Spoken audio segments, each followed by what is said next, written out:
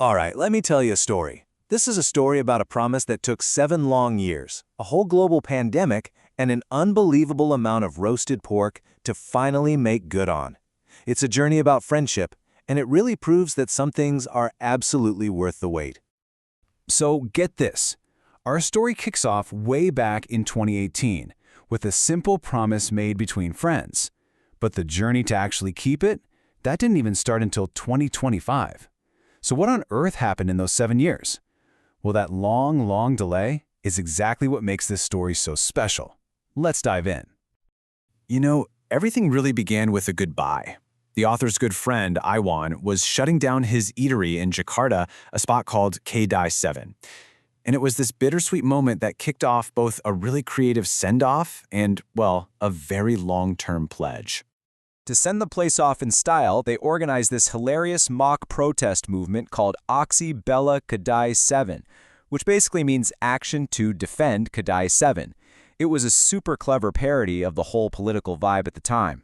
They even picked the date, November 23rd, because the numbers 2, 3, 1, and 1, they all add up to 7. Pretty smart, right? And it was right in the middle of all this fun that the promise was made. One day, they would visit Iwan no matter where he ended up. But you know how life is. Making the promise was the easy part. Actually fulfilling it, that turned out to be way harder than anyone could have possibly imagined. 7 years is a long time, and the world changed. A lot. A global pandemic and some just awful travel luck threw a massive wrench in the works. So, fast forward. The pandemic is finally sort of over, and they're ready to plan. But they immediately hit their first major wall. The world had changed, and so had the airlines. The easy, direct flight they were counting on, it just didn't exist anymore. It was basically a casualty of the new post-COVID travel world. And just when you think it can't get any worse, oh, it does. On the actual day they were supposed to leave, things went from bad to disastrous. First, their flight gets delayed for hours. Then they get the news every traveler dreads. Flight canceled. Their only option was this mad scramble to find a new route, which meant flying all the way back through Jakarta. Talk about a test to their commitment. But against all odds, they actually made it. After all that chaos, they finally landed in Pangal Penang, a place the author lovingly nicknamed Pulau, or the island. And their host, Iwan, did not waste a single second in giving them a proper and very delicious welcome.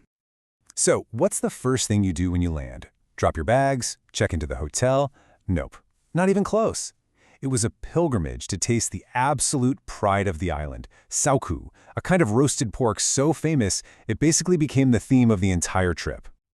And I am not kidding when I say this pork was a big deal. The author literally joked that by the end of the trip, he'd eaten his entire lifetime quota of it.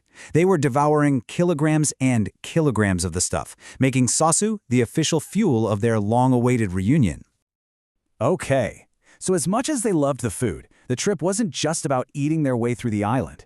It was also about exploring a place they knew almost nothing about. And wow, did they uncover some truly unexpected gems. One of their first adventures was this place, the Pagoda Nusantara. Now, this pagoda had been closed for so long that even their local host was shocked to find it open. They had to drive up this terrible, super steep road to get there, but the reward was incredible. They had this beautiful, serene place completely to themselves. It was just a perfect moment of discovery. But then they found something that was honestly a total shock. At this religious site called Taman Bintang Samudra, they stumbled upon this incredible, massive replica of the Stations of the Cross. The author was so blown away by its sheer scale that it reminded him of the world-famous giant Buddha of Lashan in China.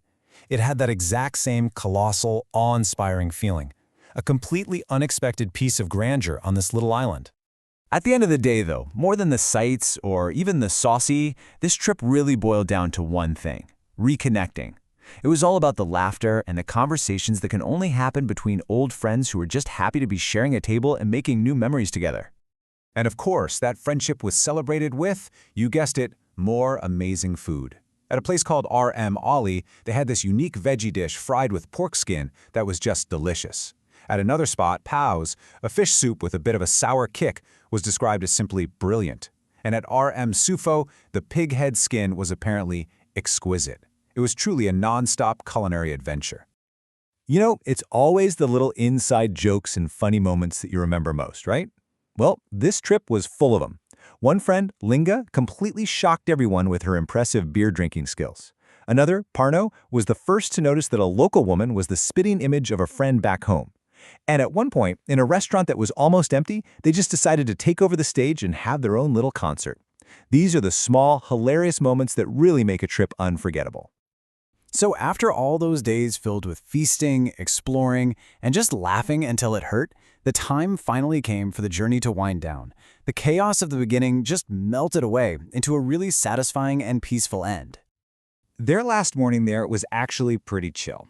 No more rushing, no more canceled flights.